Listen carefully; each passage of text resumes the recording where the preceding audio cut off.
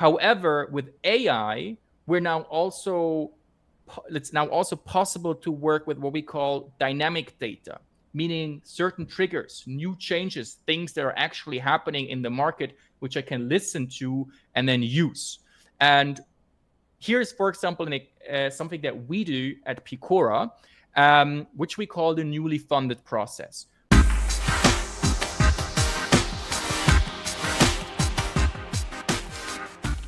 And today's topic is winning more clients with an AI outbound sales engine. I think latest when we read in the news, we knew, okay, AI made a big leap over the next 12 months. And also when it comes to lead generation.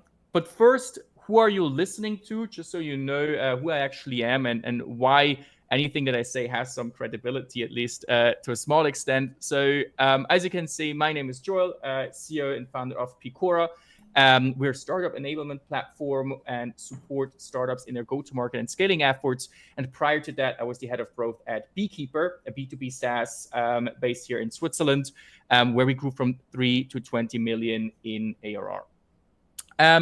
And with Peakora, sorry, my Siri just went off.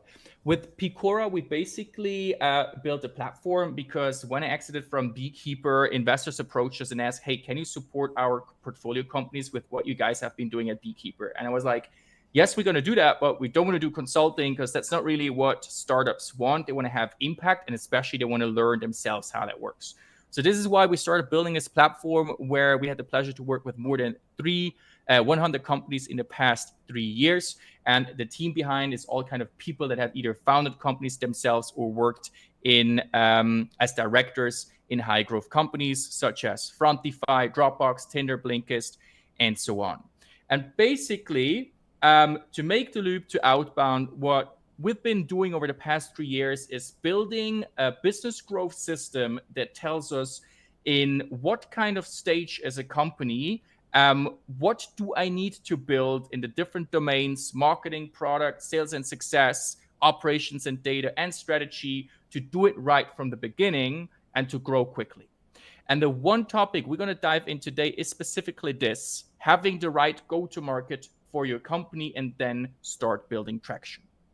And with that, we dive into the very topic and the most common problems companies face when doing outbound sales. And at this point, it would be of interest to me if you just type into the chat how you're doing outbound sales at the moment. Like, are you not doing it at all? Are you using a tool to do that? If you use a tool, what kind of tool you use? Just give me like a couple inputs in the chat how you're doing that as of right now. Cold calling, trade fairs, going to events, HubSpot as a CRM, and Lucia as a database. Another cold calling. Okay. All right, so there seems to be a lot of cold calling going on. LinkedIn, there we go. Warm intros, okay. Is anyone using something like SmartLead or Lemlist or Clay so far? Does that ring a bell?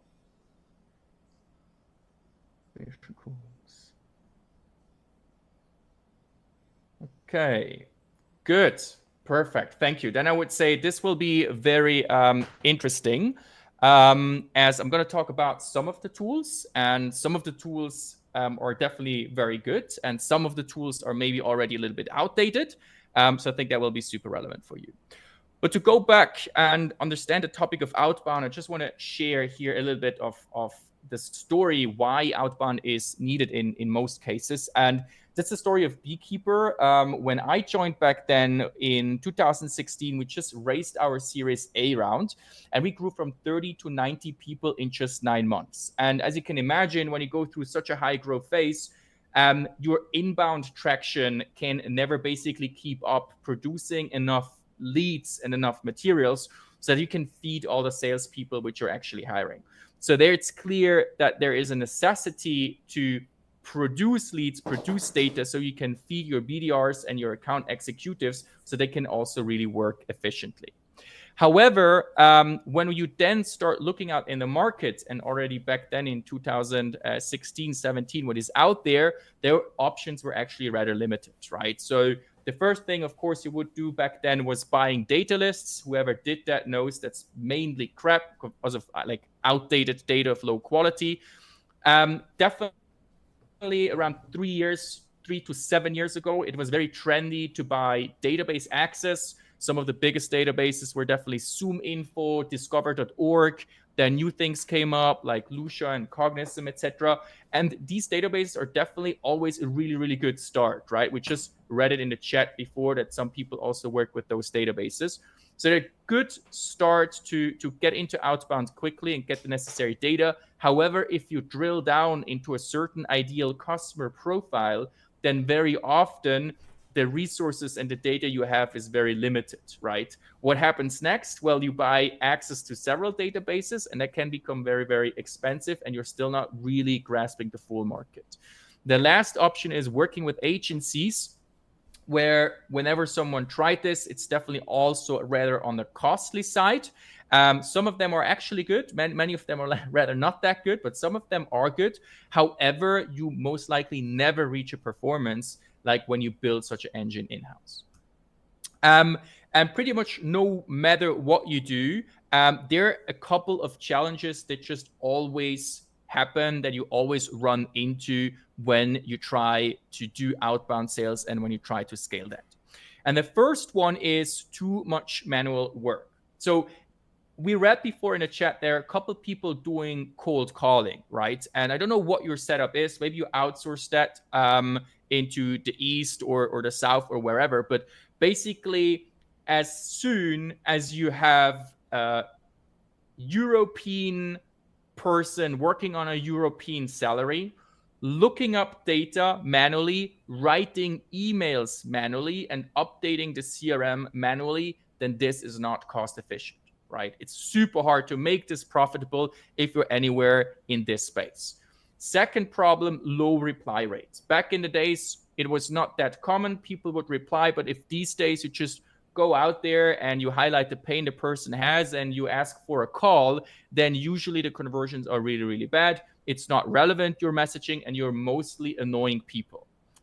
The third problem is ending up in spam. So sending a couple emails is fine, but if you then actually want to scale that for a larger sales organization, the entire domain system becomes very, very complex and difficult to make sure that your emails are still of highest rating and that you don't end up in spam. Using primitive tooling is also a problem. I put like primitive in brackets because there are a lot of tools in the outbound game that try to basically be a one-stop shop tool, trying to cover everything from the database to the email reputation over to email sending, even maybe LinkedIn integration. And while those tools are a good start, they completely don't scale, and you might hurting your domain, or the emails might end up in spam without you even knowing. Brings us to the fifth problem. Launching a first outbound campaign of maybe, let's say, about 100, 200, 300 contacts is an easy thing to do. But if you do that over time and you have that not synchronized and integrated with your CRM, you're going to end up having a lot of duplicates in the chaos very, very quickly. And all of that leads to a lot of cost in database access, cost in salaries, cost in performing manual tasks or cleaning up data. But if you do that right, things like the following are possible. That you have systems in place that run almost automatically in the background, as here with a pre-seed stage company implementing that system and on a consistent base booking 25 meetings per month.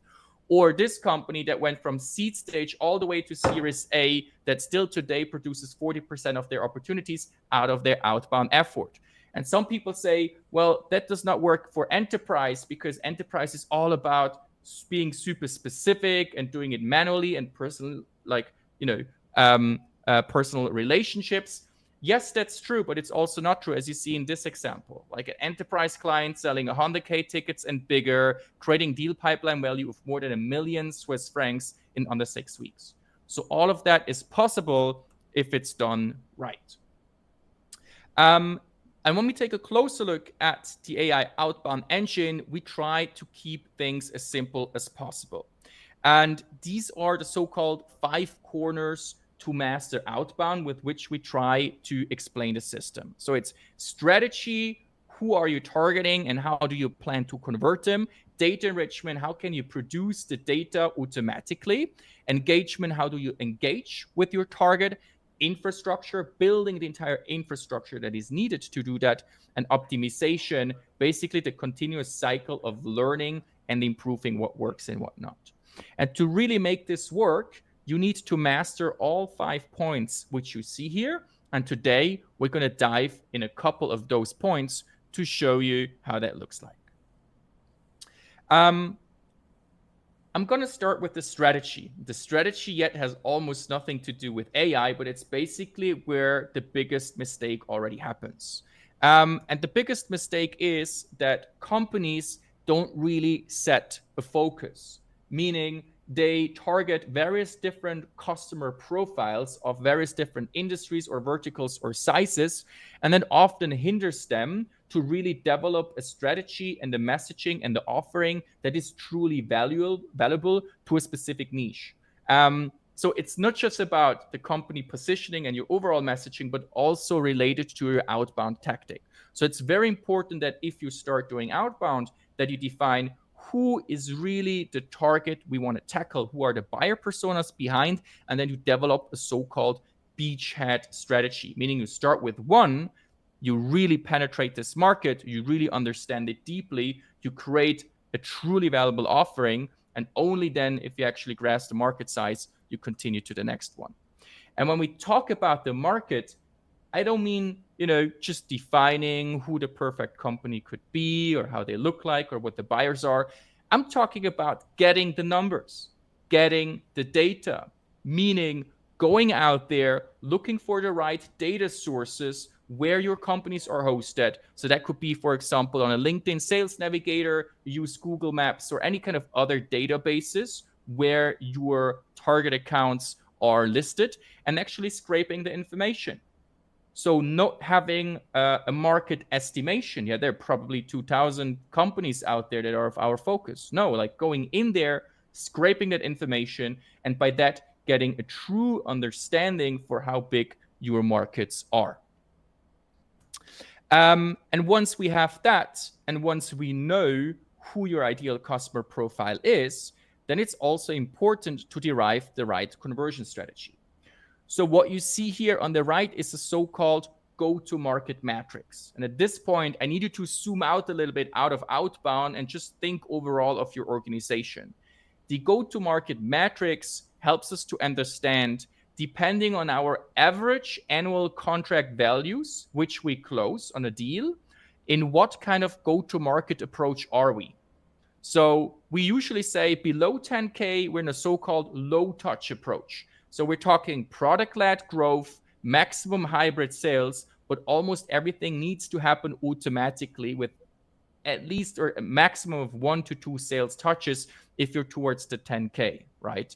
If we're somewhere between 10 or 100K, we're in a medium touch go-to-market approach. So here we're talking inside sales, web sales, a little bit of field sales, going to the events. And if we're above an ACE of 100K, then it's clearly high touch. Account-based marketing, account-based sales. And that defines ultimately what kind of marketing organization do I need to build? What kind of sales organization do I need to build? What kind of channels am I using to attract the right people? So this is basically the explanation for overall. And then even when we zoom in to our outbound tactic, it also helps us to understand what is the right conversion strategy. And the higher the deal size, of course, the more sophisticated our value offering and our strategy needs to be when we're doing outbound. So on the lower end, it's more about awareness building, giving links to more information, sign-up pages, or maybe building a community. In the mid-size, it's about maybe giving free value with specific lead magnets, building trigger-based campaigns, building campaigns in relation to events. And then if you go into the ABM sector, then it's all about exclusivity, like very, very high exclusivity offerings that you can actually convert such people. The next topic now would be, how do I actually enrich this information? So imagining we have the data, we know, or we have the accounts, we know who to target. How do we now actually get the data? But before we go into that, I like to pause for a moment. Any questions at this point in regards to the strategy, or is that pretty much clear?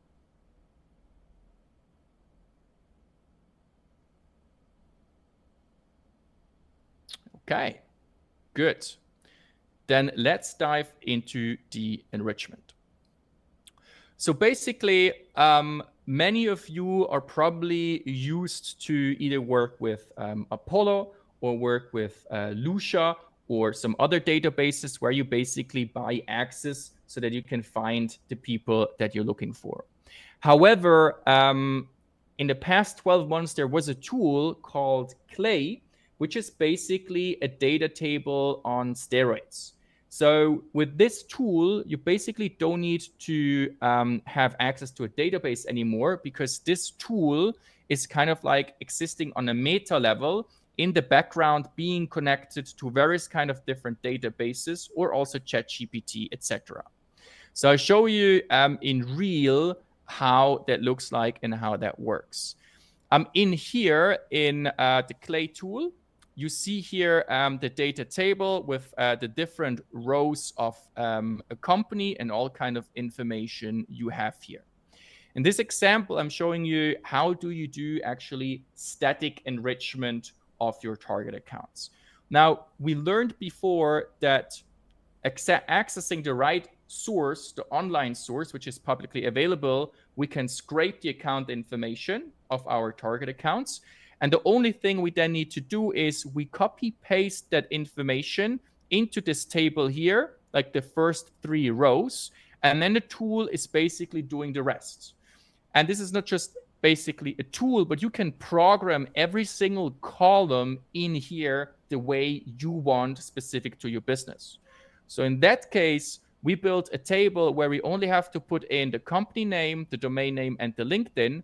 And then the tool is giving us all the information about the points we'd like to have, like the industry, the employees, the year founded, where they're based, description of the business, what kind of technology this business is using. In our case, interesting, are they using HubSpot or not? Are they looking for jobs or not? How was their employee growth over the past months? What kind of market are they in? I can even ask the tool to tell me what's the ICP of this particular company. And in that case, we programmed the table that it should also tell us who is the CEO or founder. Please provide me the full name and what's the email address. So all of that can be completely automated and adjusted to your needs. I also took it at the list of the participants and can basically just see how that goes live. I saw that Sandra from Chemiex is here. So I'm going to start with this example. Just basically copy here Chemiex, then the domain name, and what else here, the LinkedIn profile. And usually when I insert this here, then the table should already run automatically. And you see it already happened. I have now all the information of Chemiex that I wanted: employees, year founded, description, location, technology, and usually it's, there it goes. So we have Pau, the CEO, and the email address. Sandro, is that correct? I'm just checking, but well, jobs have a bit more open, but otherwise it's quite correct, yeah. Okay, a bunch more jobs open. Happy to hear. And basically, just to give you a little taste of how deep that can go, right? In that case, we just told the tool, hey, please tell me also what the ICP is of that company. But of course, by connecting it to ChatGPT, you can basically build any kind of prompts that you want to know. So that content is just loading. I just wanted to show you that. Okay. So here, so basically then you also have a prompt where it goes into the tool and then even gives you examples of what might be particular companies that are within the ideal customer profile of the company you are targeting. Why is this important? Well, this way you can build way more insightful data of your target accounts, which you then can, of course, use again in your outreach. And I have some more examples for you guys later. I show you later how you can connect all of that and automate it also to your CRM. But I quickly want to pause here and ask, do you have any questions about how that process works?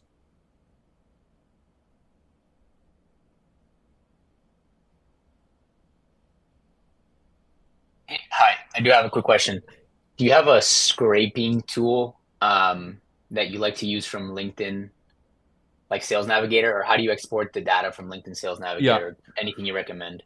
Yeah, of course. So there are basically a bazillion of different scraping tools, right? And depending on the database you use, there then different tools. I think Phantom Buster is a very common tool you use straight for LinkedIn. Just opening this here up and adding it to the chat.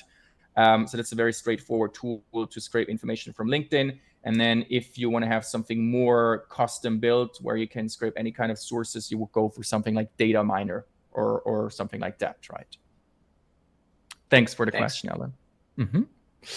Joel, which sources do you use here? Because I guess some of it you get from ChatGPT 4.0, I guess, no? Yeah. But like, I don't know, other data such as now the email address of Pau, for example, where do you get it from? Or where does the tool get it from?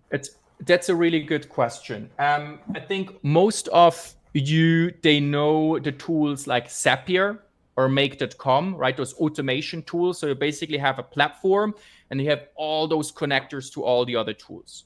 Now, what Clay's doing is pretty much the same, but it's not just a connector. But you basically have Clay on a meta level, and then you have all the other tools, and a lot of them being databases or email validation tools and so on and so forth that are connected to Clay. So from Clay, you can then connect to all those different databases. They're like a bunch of standard databases that already come with the default Clay account. And then there are other databases which you basically would need to purchase on top.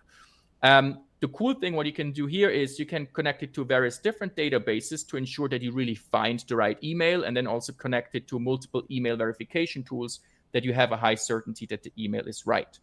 There are also databases that provide you information about technology, like this one, right? So then you would also additionally connect it to that database, or with ChatGPT, etc. You can, of course, read it out from the website or any kind of other articles you find.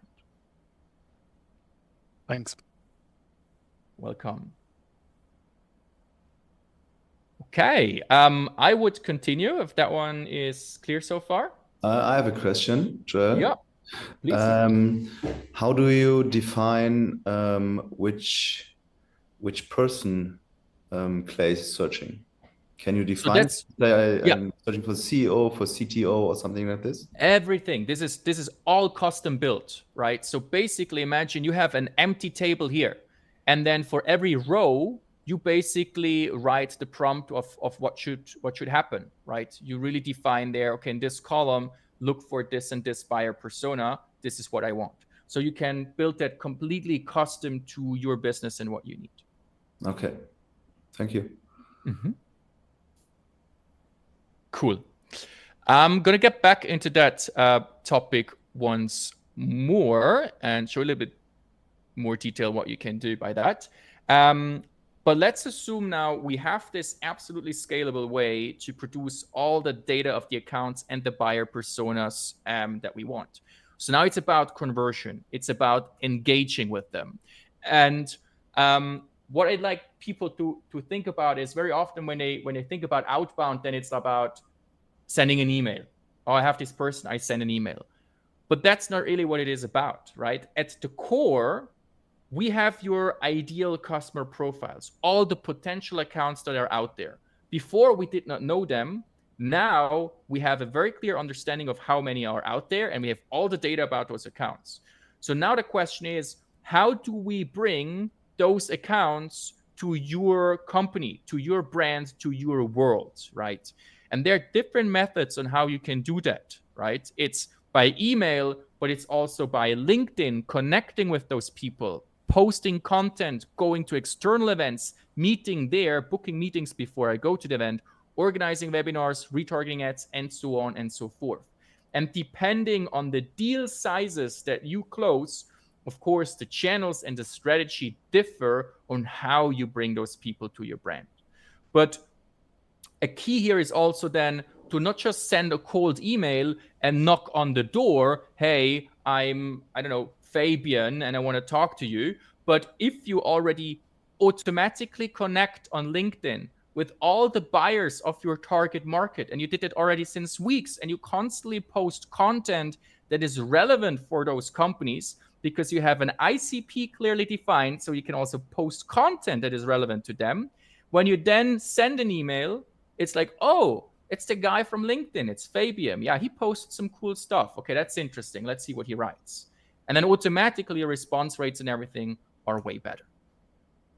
So let me give you some examples that are good or that are bad. I would say this is the most traditional style on how basically people did outbound in the past, right? We have a hey name, then you say my name is, I'm with company, and that actually interests no one, like never talk about you, talk about the customers, and then they highlight basically who they help and so on and so forth, and then they go for a call.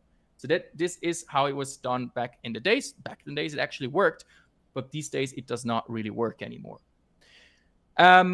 Way cooler is when you actually know something about that company and also offer something of value. So this is an example you would do, let's say, in a mid go-to-market approach with like mid-sized deals. You see here, first of all, I prove right away that I know something from the company because the AI tool told me that they have 15 sales and marketing people. So most likely, the guy in his role, being the head, must be under a lot of pressure to like create pipeline, right? I can even tease him a little bit more, or some like using still like some outdated tools. Hey, here is what I have for you. We basically analyzed the ICP he has, and then already gave him some examples of the companies that we scraped for him. And then the piece of value is that we say, hey, we even have an entire list of the buyer personas that you are targeting. I assume it's insurer sales agents. And we, of course, provide that to you if you're interested in learning more. So it's very relevant to the person. I show I know the company and know what's going on there, and I provide something that is actually of meaningful value. There's a low barrier to say, yes, why not? I want to learn more and I want to have the list. If we go more upmarket, let's say larger deal sizes, you're somewhere in enterprise and you close larger deal sizes, then it's all about exclusivity. You need to offer something that is of true value to the person. And what we tried in this example is the so-called roundtable strategy. So basically what we do is we organize a roundtable for a specific buyer persona and industry. In this case, it was Swiss revenue leaders of B2B hardware companies. It's an invite-only event. It's very specific.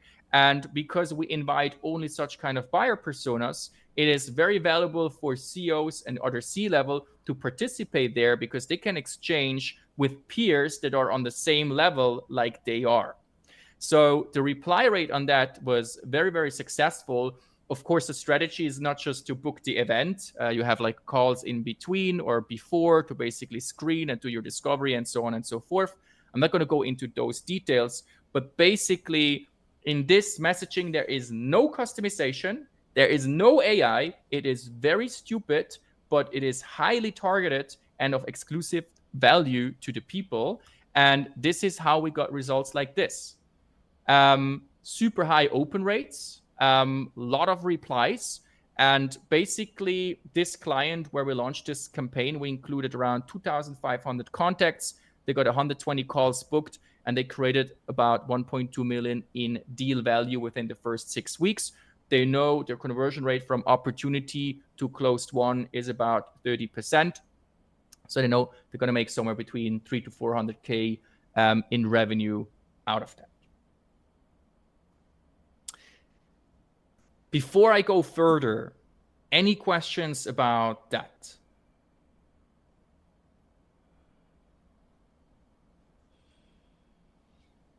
Yeah, another question, Alan, again. Why exclusivity, like for enterprise target? Yeah, I mean, basically it's about the following, right? We all get spammed with different outbound emails, right? Where we don't react to.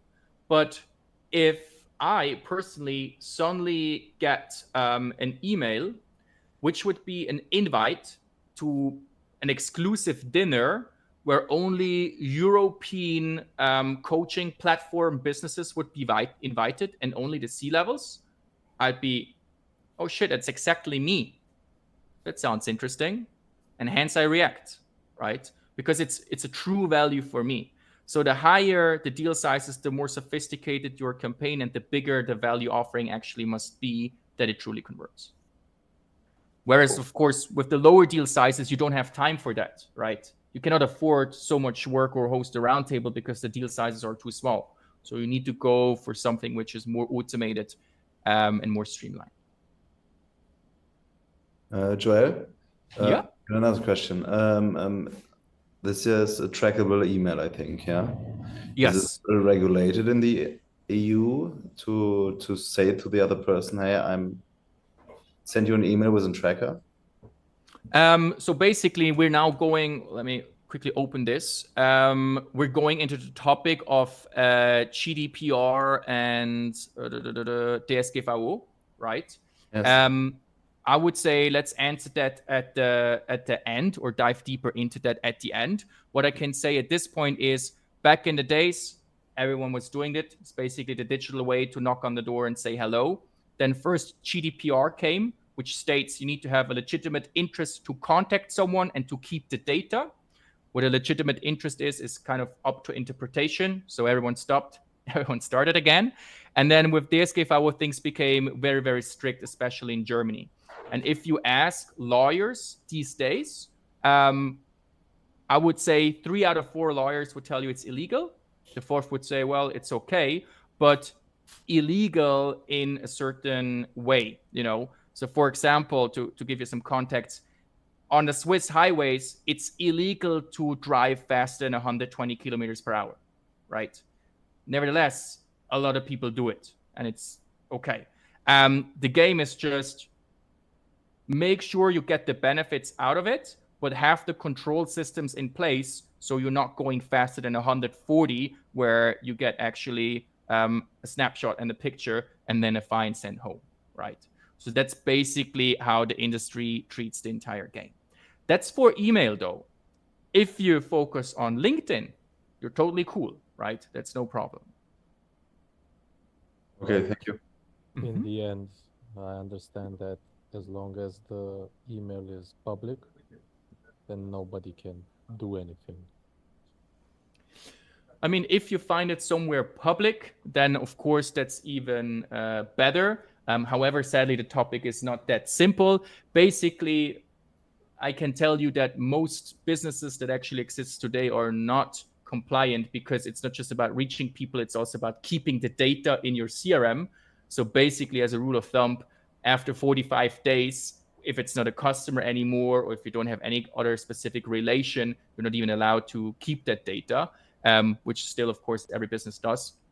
But I don't want to go into that rabbit hole, as it's really a topic for itself, I would say. But did I high level answer the question, Philip? We had a different understanding from LinkedIn. Can you say why it is different to email? Because from our understanding, it was the same with outbound communication. It doesn't matter if it's email, if I send a letter, or if it's an email. So basically, I mean, at the end, it's all about personal information, right? And on LinkedIn, it's a social platform. It's for connecting. And if you connect on LinkedIn with someone, or you reach out on LinkedIn to someone, you're not keeping any personal information, right? Okay, but I thought it's the explicit consent to get approached with marketing material, which is GDPR, which is this GDPR trigger. And just if I accepted a connection, I did not give explicit content to receive marketing information. So that's why our understanding was, or what we got is, we still need the explicit consent from the receiver, otherwise it's illegal. Yeah. So definitely, like on LinkedIn, I can tell you, you're pretty much fine. LinkedIn even has its own in-mail feature, which is exactly just meant for that, right? If you pay for an account. But at the end, you need to clarify that internally yourself, right? I can just share what like industry best practice is. And at the end, it's always basically a decision of how much risk am I taking as a business for how much benefit I'm getting. And there are definitely certain things you should do and certain things which you should not do. But happy to actually take this in a separate conversation and show you a little bit in more detail how most businesses manage this. Good. Just looking at the time, and I would dive into the next topic. So we also have some time at the end for free QA. But what we talked about yet is basically the creation and utilization of static information, right? So already with that, we basically leaps further than where we were 12 months ago, and we can automate this entire process to build this data, but it's still static data. It's static, kind of like simple data of companies and people to engage with them. However, with AI, it's now also possible to work with what we call dynamic data, meaning certain triggers, new changes, things that are actually happening in the market, which I can listen to and then use. And here's, for example, something that we do at Peakora, which we call the newly funded process. So for us, it's very interesting whenever a startup basically got new funding. Why? Well, then they basically have money to spend and they have a big need because they need to grow quickly. So what we do is we identified the relevant sources out there that are publishing this information, which in this case would be Deutsche Startups.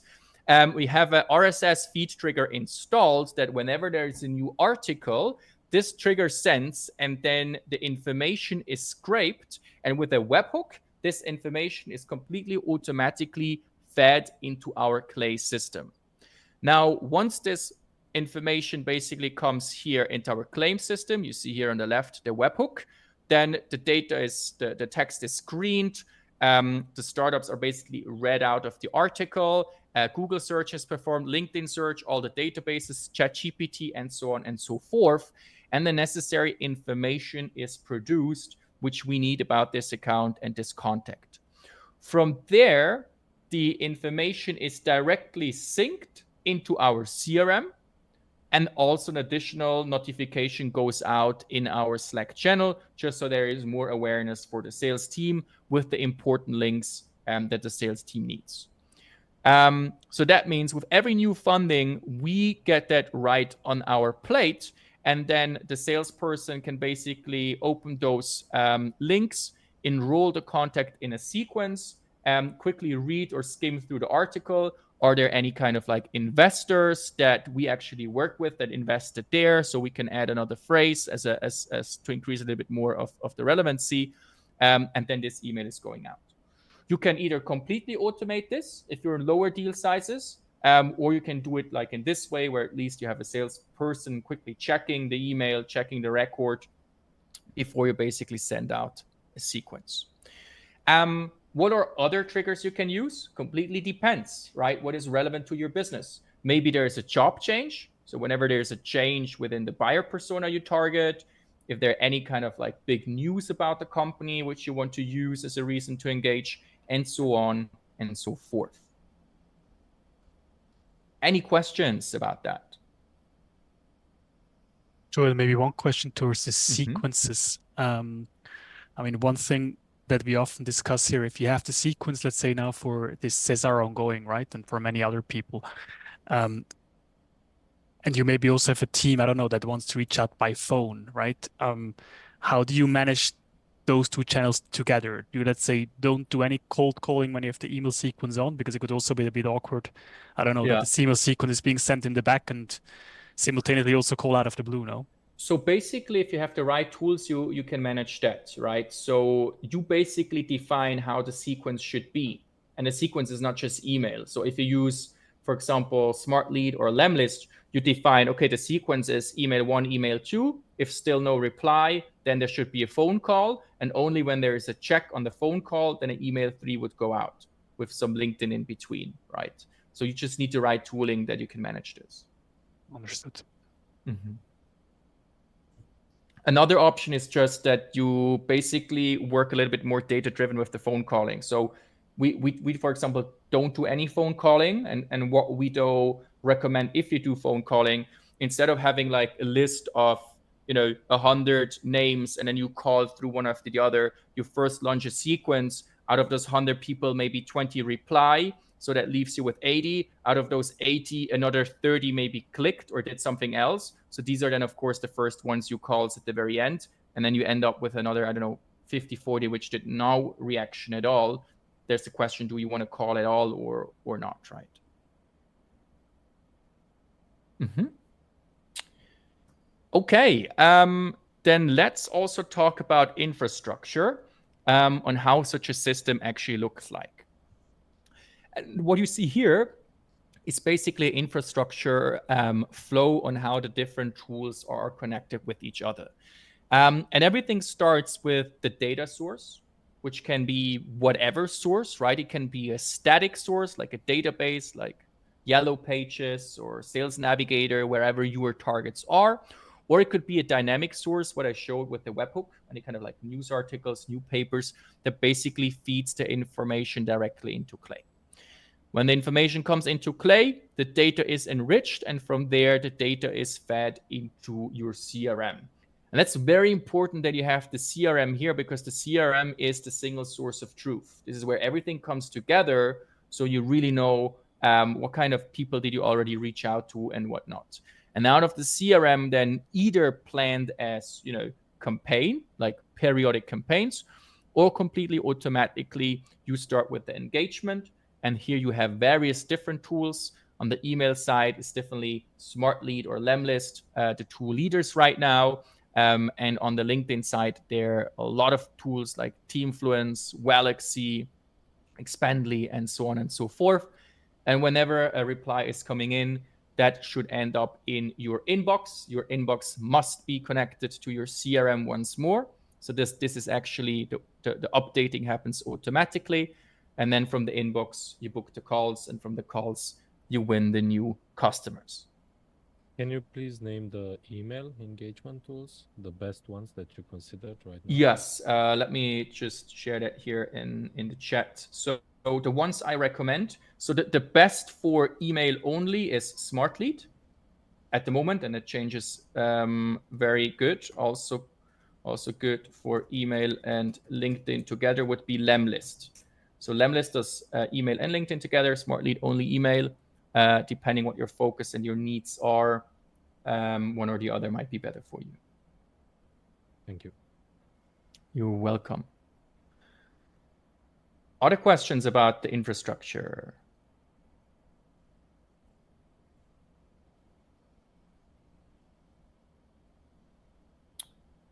Okay, then getting a little bit more technical here. Mastering email delivery. I don't want to go too much into detail, but that's a problem a lot of companies run into when they do outbound, specifically with email, because it's not something you see. So they start doing outbound on a small scale, and it actually works. And then they start scaling it and scaling it and scaling it. And then suddenly there is not much conversion anymore.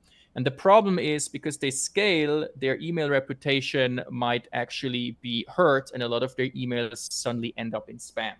So there are a couple very important infrastructure changes that you need to do, with the first one being that your outbound domain should never be your main domain.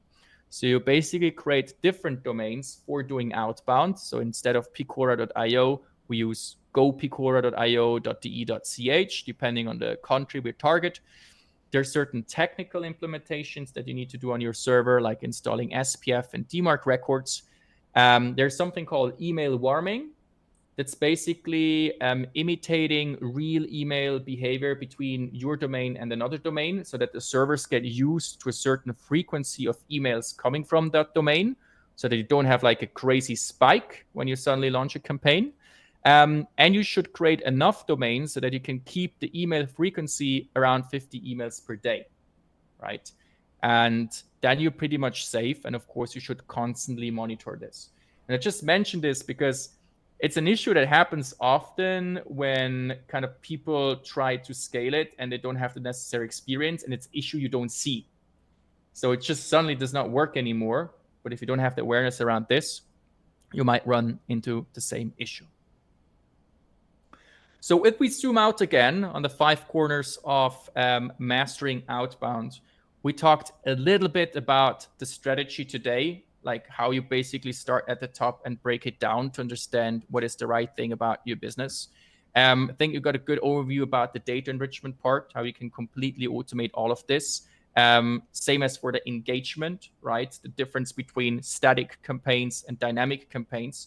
And we touched shortly about the infrastructure. Definitely, to make this work and to make that efficient, you need to make sure that you master all the 5 corners. And if you miss out on one, then of course the entire system is not working. Now you might ask yourself, hey, okay, how difficult is this to build? How fast can you do that yourself? It completely, of course, depends on the company and the skill level you have internally. But generally speaking, when clients start like really focusing on that, things can move very quickly. So within the first 3 months, you should definitely be able to have your market completely mapped out, like having a solid understanding for all the accounts that are in your market, that you have defined and implemented the right conversion strategy, that the infrastructure you need to set up with all the tooling is complete, and that you're being able to actually launch your first static campaigns already within the first 6 weeks, and then the team is trained to launch campaigns with some support. And then within 6 weeks, usually, you can really fine-tune and further automate the entire infrastructure. A lot of clients that were heavily on, manual outbound, they can, of course, basically reduce their workforce, because what you've been doing manually or semi-manually with 5 BDRs, you can now do with 1 BDR engineer. So there are huge cost savings you can actually realize by implementing that. You would usually start the installation of dynamic campaigns, so really listening to the right triggers in your market and then engage with the accounts, and also launch campaigns of like higher complexity. And then latest around month 5, usually the team really knows the system and can completely run it on their own.